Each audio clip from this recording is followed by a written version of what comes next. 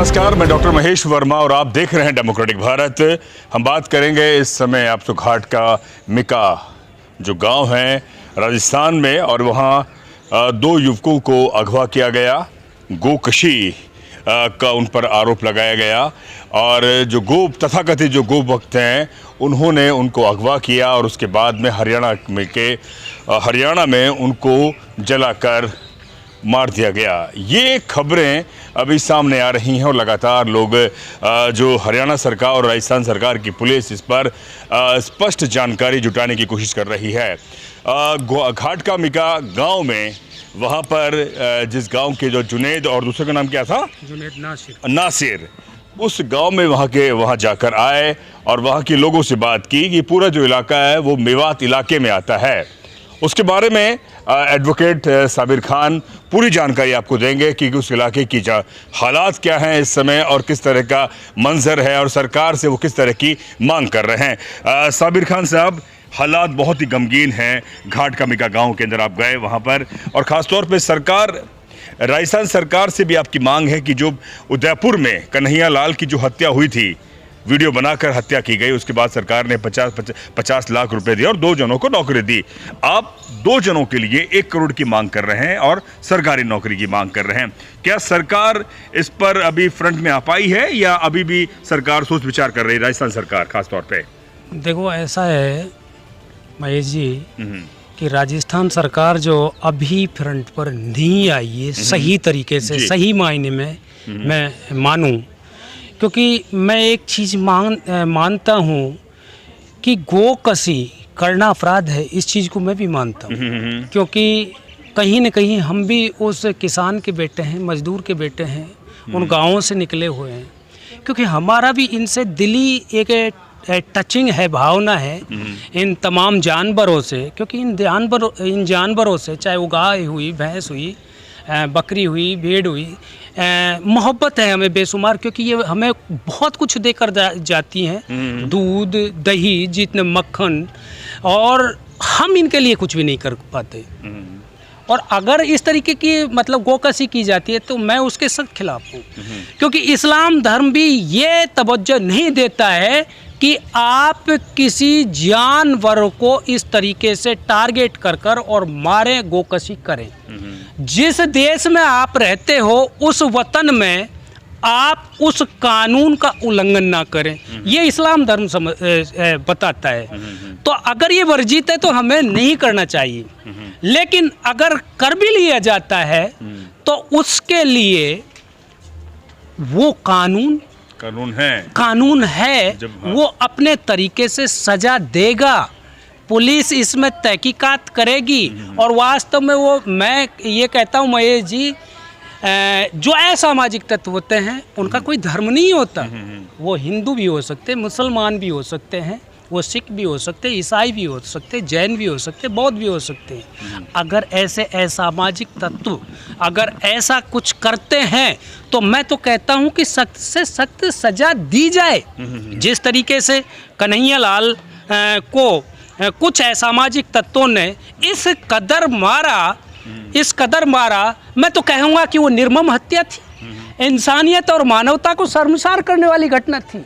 उसमें वो किसी भी मजहब से ताल्लुकात रखता हो, उसको फांसी से कम सजा नहीं होनी चाहिए, क्योंकि ये वो देश है जहां बाबा भीमराव अंबेडकर साहब ने जो संविधान स्थापित किया उस संविधान को सब फॉलो करते हैं। वहाँ मजहब, धर्म, जाति का नामो निशान ही नहीं है। हम उस बाबा साहब अंबेडकर के संविधान को मानने वाले हैं। और यही वाकया, क्योंकि वहाँ पर स्थितियाँ ऐसी हुई कि पूरा राजस्थान एक दिन के लिए बंद हुआ। तमाम लोग, सियासी लोग, चाहे वो बीजेपी से हों, कांग्रेस से हों, चाहे वो सपा से हो, बसपा से हो, सब ने ये कहा कि ये बुरा हुआ है और इनके खिलाफ सख्त से सख्त कार्रवाई होनी चाहिए और हम सब इनके खिलाफ एकजुट होकर खड़े हों। उनको तुरंत प्रभाव से वो मुलजिम 2 घंटे के अंदर पकड़ा गया।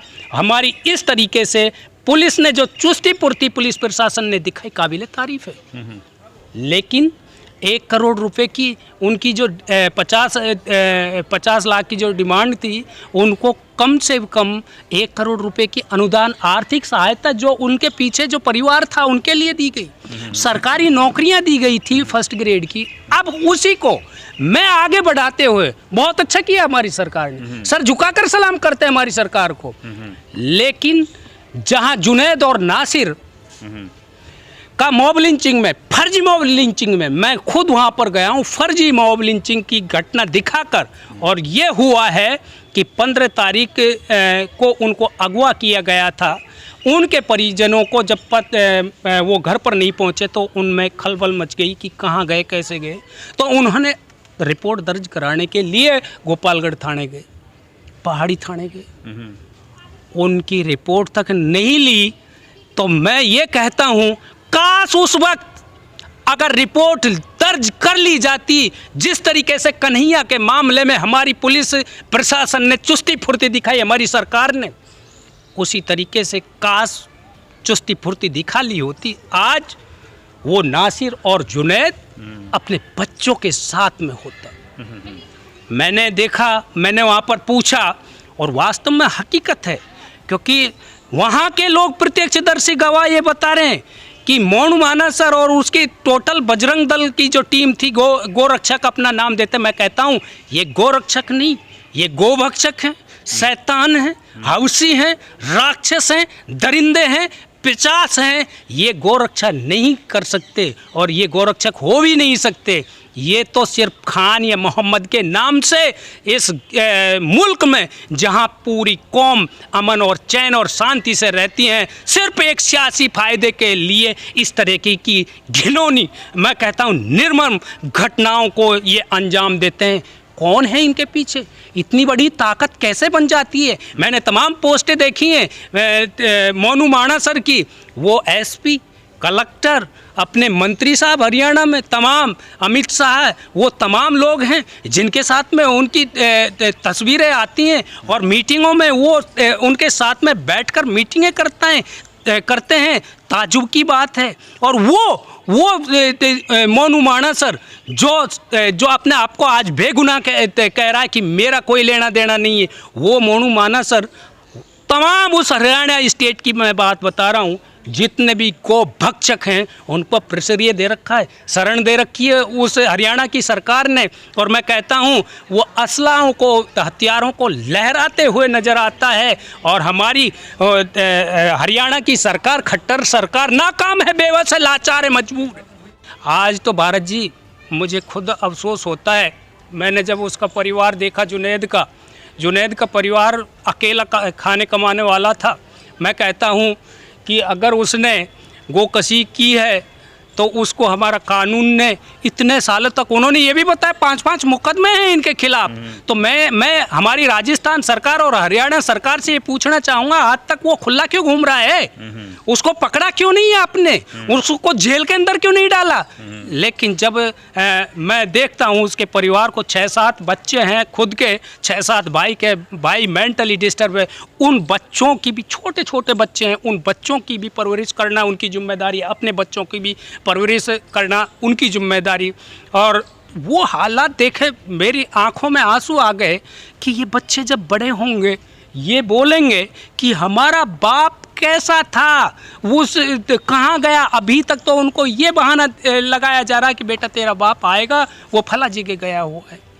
ये ताजुब की बात है। उसका घर का जब मैंने आईना देखा, मुझे अंदर से रोना आ गया कि आज मुझे ऐसा लगता है कि आज मुसलमान होना बहुत बड़ा जुर्म है इस देश के अंदर, क्योंकि सिर्फ नाम पूछे जाते हैं मोहम्मद खान के नाम से। अगर मोहम्मद और खान के नाम से है, वो पुलिस प्रशासन हरियाणा की एएसआई, उनकी गाड़ी पीछे, बजरंग दल वालों की आगे, बीच में उनको जकड़ लिया, उनकी रीढ़ की हड्डी तोड़ दी गई। रीढ़ की हड्डी तो इस तरीके से बेकदर बेरहमी से मारा। फिरोजपुर थाने में उनको हैंड ओवर करने के लिए गए, मना कर दिया। मैं कह रहा हूँ कि सरकारों की किस तरीके से सियासी चाल है। अगर हरियाणा सरकार और पुलिस प्रशासन हरियाणा का अगर उस वक्त अपने पास में अंडर में ले लेते, कस्टडी में ले लेते, मेडिकल अगर ट्रीटमेंट उनको दिलाया जाता तो शायद आज जुनैद और नासिर की जान बचाई जा सकती थी। मैं तो यही कहूँगा कि दो राज्यों के सियासी जाल में फंसी जुनैद और नासिर सिर्फ उस कुचक्र का उन्होंने खामियाजा होगा। और महेश जी, ये कोई एक कहानी नहीं है।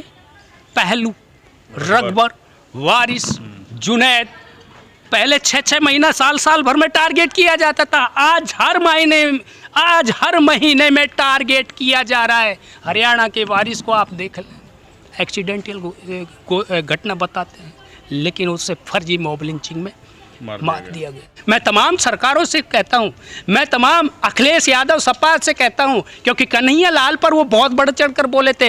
एक अमन की दुकान लेकर शांति की और उसकी सेकुलर अपने आप को शांति स्थापित करने वाला दूत, अहिंसा स्थापित करने वाला दूत राहुल गांधी से भी पूछूंगा। जब से ये घटना हुई है 15 तारीख से, नरेंद्र मोदी साहब से पूछूंगा, अशोक गहलोत साहब से भी पूछूंगा, उन तमाम सियासी राजनेता तेजस्वी से भी पूछूंगा, तमाम जितने भी नीतीश कुमार से भी पूछूंगा, मैं ममता बनर्जी से भी पूछूंगा। जब कन्हैया लाल का जो लिंचिंग हुई थी उस वक्त सब ने ये कहा हम एक साथ हैं इस बुराई को मिटाने के लिए। आज मैं कहता हूं कि आज मुसलमान वो इस्लाम धर्म से ताल्लुकात रखता है, आज क्यों नहीं आते अगर ये संविधान को मानते हैं। मैं ये कहता हूं भारत जी, अगर ये संविधान को मानते हैं आज खुलकर आए सभी, क्योंकि ये असामाजिक तत्व आज तो मुसलमानों को टारगेट कर रहे हैं, कल को हिंदुओं के बच्चों को भी टारगेट करेंगे, कल को इन राजनेता मंत्रियों के बच्चों को भी टारगेट करेंगे,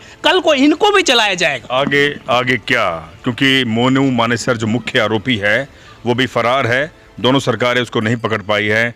क्या आगे आंदोलन करेंगे दिल्ली में, जयपुर में, अलवर में, कहाँ करेंगे आप? जी, सबसे पहली मैं आपको बता दूं, बिल्कुल यहाँ पर जो हमारे नौजवान हैं वहाँ कामा पहाड़ी के, उन्होंने ये मुद्दा उठाया और वहाँ पर उन्होंने धरना स्थल पर बैठ गए कब्रिस्तानों में कि जब तक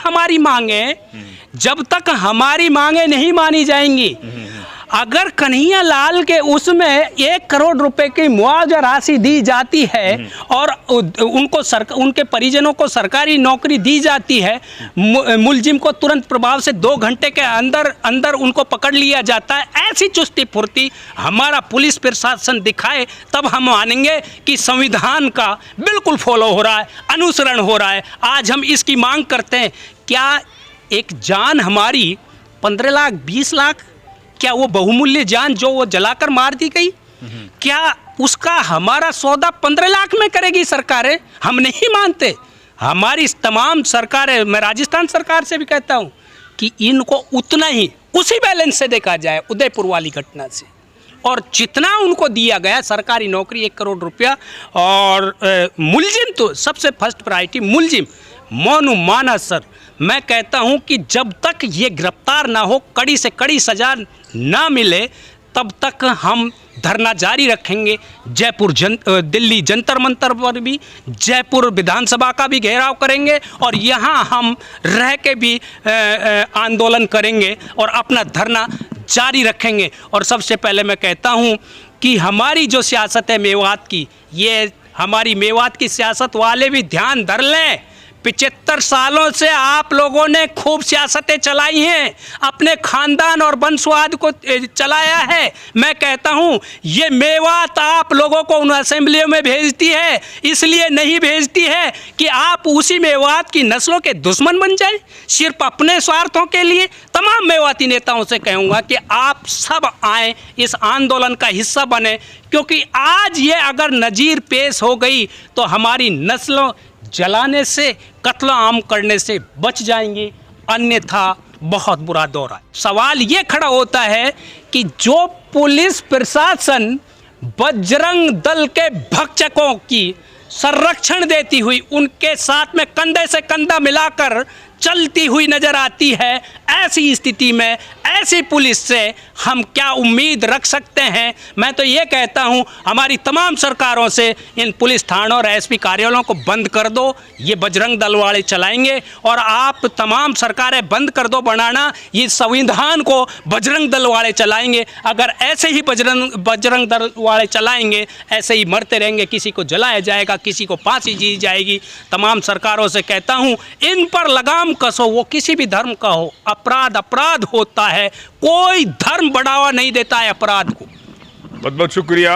एडवोकेट साबिर खान घाट का मिका वहाँ जाकर आए, उस पूरी घटना को और उस घटना के वहाँ के जो पीड़ित पक्ष हैं उन लोगों से बात की और उसी पक्ष को, उसी दर्द को वो बयां कर रहे हैं। और ख़ास तौर पे बात यह है कि जिन लोगों ने इस घटना को अंजाम दिया, जो जुनैद को और नासिर को जो जला के मारा, उसकी अभी पूरी जांच हो रही है। और मोनू मानेसर, रिंकू और विकांत इसमें पूरे अभियुक्त हैं, आरोपी हैं। लेकिन मोनू मानेसर अभी फरार है। उसके पीछे राजनेता हैं, राजनीतिक पार्टियां हैं और तथाकथित जो अपने आप को एक विचारधारा के, जो अपने आप को कहते हैं कि हम इस देश के अंदर एक ऐसा देश बनाना चाहते हैं जहाँ भी एक ही धर्म की बिसात होगी, वो उसके पीछे हैं। उसी के बुनियाद पर वो अपने हर दिन त्रिशूल लहराते हैं, फरसा लहराते हैं और हाथों में गमछा और न जाने क्या क्या होता है। सरकार को चाहिए कि इस पूरे मामले को गंभीरता से दिखाते हुए, जिस तरह से एडवोकेट साहब ने कहा कि कन्हैया लाल के जो आरोपी थे उन्हें 2 घंटे के अंदर उन्हें गिरफ्तार किया गया, ऐसे ही उन अपराधियों को गिरफ्तार करके जो कानून का इकबाल कायम करें, अन्यथा स्थिति बहुत ज़्यादा बेहतर नहीं है और स्थिति और भी ज़्यादा गमगीन होने वाली है। और जैसा कि इन्होंने कहा कि अगर अभियुक्त जो आरोपी पकड़े नहीं जाते हैं तो बड़ा आंदोलन किया जाएगा। आप देखते हैं डेमोक्रेटिक भारत में डॉक्टर महेश वर्मा। शुक्रिया।